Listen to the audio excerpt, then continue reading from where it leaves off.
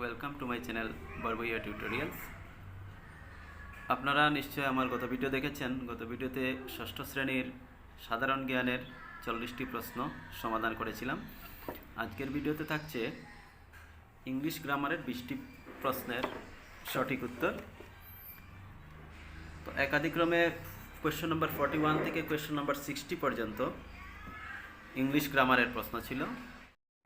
তো এখন আমি 41 থেকে 60 পর্যন্ত সিরিয়াল নাম্বারের যে ইংলিশ গ্রামারের প্রশ্নগুলো ছিল তার উত্তর আপনাদের সম্মুখে তুলে ধরছি। 41 কোয়েশ্চন ছিল, identify the part of speech for the underlined word the man swam across the lake to the other side. Option ছিল অ্যাক্রস যে আন্ডারলাইন্ড ওয়ার্ডটা আছে এটা কোন পার্টস অফ স্পিচের। অপশন এ ছিল verb, B noun, C preposition, D pronoun. তো সঠিক উত্তর হবে option C, the man swam across the lake to the river side to the other side. Across শব্দটা হচ্ছে preposition. Question number 42, dash is very hot today. Option A that, option B it, option C this, option D there. তো সঠিক উত্তর হবে it, it is very hot today. Question number 43, Tom is dash than his friends. Option A elder, option B eldest, option C older, option D oldest. সঠিক উত্তর হবে older. Tom is older than his friends. যেহেতু এখানে friends আছে অর্থাৎ ওর পরিবারের কেউ নয়। যদি পরিবারের ভাই, পিতা বা বোন, মা এসব কেউ আত্মীয় স্বজনদের মতো হতো তাহলে এখানে কিন্তু এল্ডার হতো। Tom is elder then his friends না হয় then his brother, sister or something else. এখানে যেহেতু ফ্রেন্ডস বলা হয়েছে তাই সঠিক উত্তরটি হবে D, C, older. Question number 44, a group of people dash there. Option A was, B were, C are, D not. তো সঠিক উত্তর হবে option A group of people was there. A group of people, যদিও people শব্দটা plural নাম্বারে use হয় কিন্তু group of people যখন বলা হয় তখন এটি সিঙ্গুলার হয়ে যায়, তাই বি ভার্বটা সিঙ্গুলার ফর্মের বি ভার্ব ওয়াজ বসবে। তো সঠিক উত্তর হবে a group of people was there. Question number 45, he came here on dash foot. তার মানে এখানে আর্টিকেল কি বসবে। অপশন দেওয়া আছে the, a, an, no article. তো আমরা জানি অন যেহেতু দেওয়া আছে প্রিপোজিশন, তারপরে ফুটের আগে কোনো আর্টিকেল বসানোর প্রয়োজন নেই, তাই সঠিক উত্তর হবে নো আর্টিকেল, অর্থাৎ এখানে কোনো আর্টিকেল বসবে না। তো হি কেম হেয়ার অন ফুট, এখানে কোনো আর্টিকেল ইউজ হবে না। Question 46, I borrowed a book dash my friend. তো বড়োয়ের পর প্রিপোজিশন কি বসবে সেটা বোঝানো হয়েছে। এ বসবে, অন বসবে, না টু বসবে, না ফ্রম, না বাই বসবে। তো সঠিক উত্তরটা হবে from, C. I borrowed a book from my friend. আমি একজন বন্ধুর কাছ থেকে, আমার বন্ধুর কাছ থেকে একটি বই ধার নিয়েছিলাম। তো সঠিক উত্তরটি হবে সি, ফ্রম। তারপর কোয়েশ্চেন নম্বর 47 ছিল, I go dash by bus. অপশনগুলো ছিল home, to home, house, school. সঠিক উত্তর হবে home, I go home by bus. I go to home হয় না, হাউসও হবে না, স্কুলও হবে না। যদি স্কুল হতো তাহলে তারপর কিন্তু একটা টু থাকতো।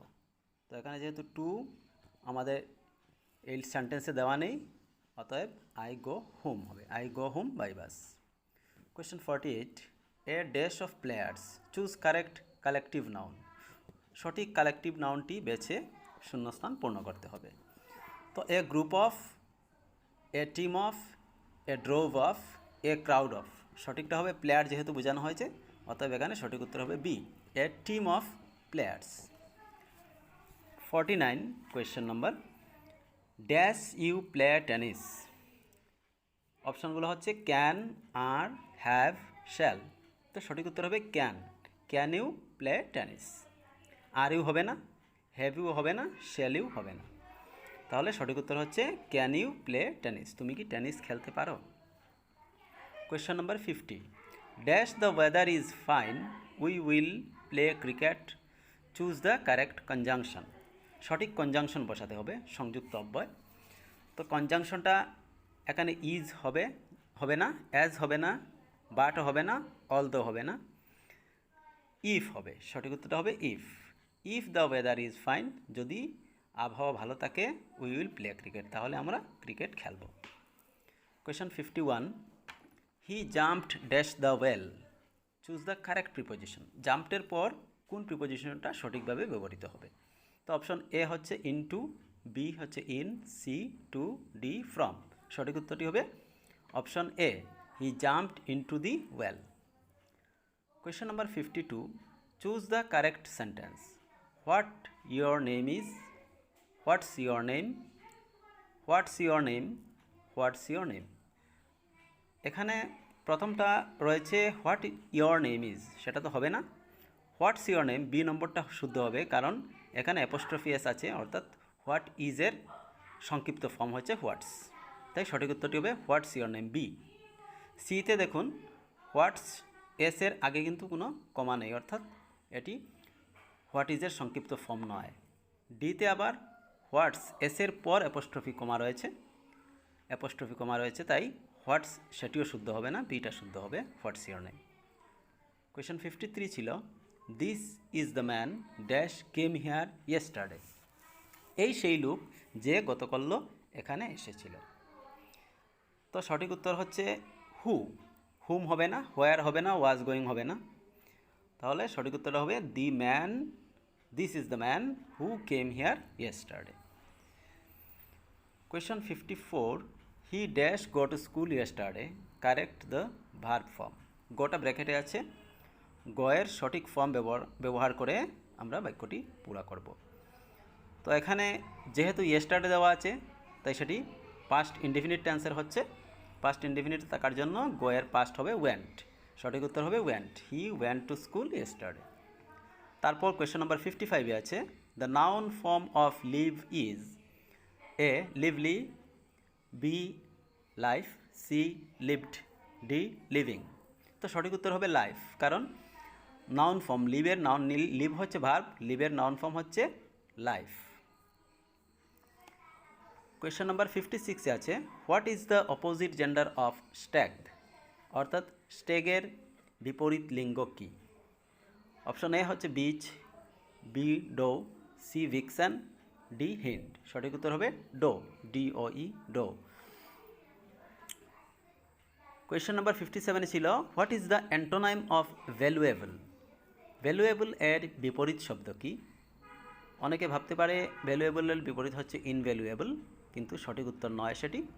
ইনভ্যালুয়েবল অমূল্য অর্থে ব্যবহৃত হয়, যার মূল্য দেওয়া যায় না, মানে যথেষ্ট যার মূল্য রয়েছে, মূল্যায়ন যার করা যায় না সেটা। তো ওয়ার্থলেসটা সঠিক উত্তর হবে, অর্থাৎ যার কোনো মূল্যই নেই। সি হচ্ছে ইনফেরিয়র, ডি লোলি। তো সঠিক উত্তর worthless. What is the antonym of valuable, ভ্যালুয়েবলের অ্যান্টোনাইম হচ্ছে worthless. Question 58, what is the synonym of versatile. সে প্রশ্নটা, ভার্সাটাইল শব্দটা এই ট্যালেন্ট সার্চ এক্সামিনের নাম দেওয়া হয়েছিল, এক্সামিনেশনের নাম অনুযায়ী শব্দটি দেওয়া হয়েছে। ভার্সাটাইল শব্দের অর্থ কী। ভার্সাটাইল শব্দের অর্থ হচ্ছে ম্যানি সাইডেড, ডি অপশনটা শুদ্ধ হবে, বহুমুখী যাকে বলা হয় বাংলায় বহুমুখী। তো অপশন এ ছিল উইন্ডিং, বি ছিল lively, C limited, D many sided. সঠিক উত্তর হবে ম্যানি সাইডেড। কোয়েশ্চেন নাম্বার 59 ছিল, a student must obey dash he may leave. অপশনগুলো ছিল but, or, if, none of this. তো সঠিক উত্তর হবে or. A student must obey, একজন ছাত্রকে মেনে নিতে হবে অথবা মেনে নেওয়া প্রয়োজন, অর হি মে লিভ, অথবা সে যেতে পারে, তাই সে অর্থে অর ইউজ হবে। তো সঠিক উত্তর হচ্ছে বি, অর। কোয়েশ্চেন নাম্বার 60 অর্থাৎ ইংলিশের সর্বশেষ প্রশ্ন ছিল, choose the regular verb from the following. নিচের ভার্বগুলো থেকে রেগুলার ভার্বটি চুজ করো। অপশন এ ছিল বাইট, বি ছিল ট্রিট, সি ডি ছিল টেক। তো আমরা জানি রেগুলার ভার্ব হচ্ছে বিশেষ করে সেই সব ভার্ব যেগুলো ভার্বের পাস্ট টেন্স করতে গেলে ইডি যোগ করতে হয়, শব্দের শেষে ভার্বের শেষে ইডি যোগ করে তার পাস্ট টেন্স করতে হয়। তাহলে বাইট শব্দের শেষে ইডি যোগ হয় না, সি শব্দের শেষেও হয় না, টেক শব্দের শেষেও হয় না।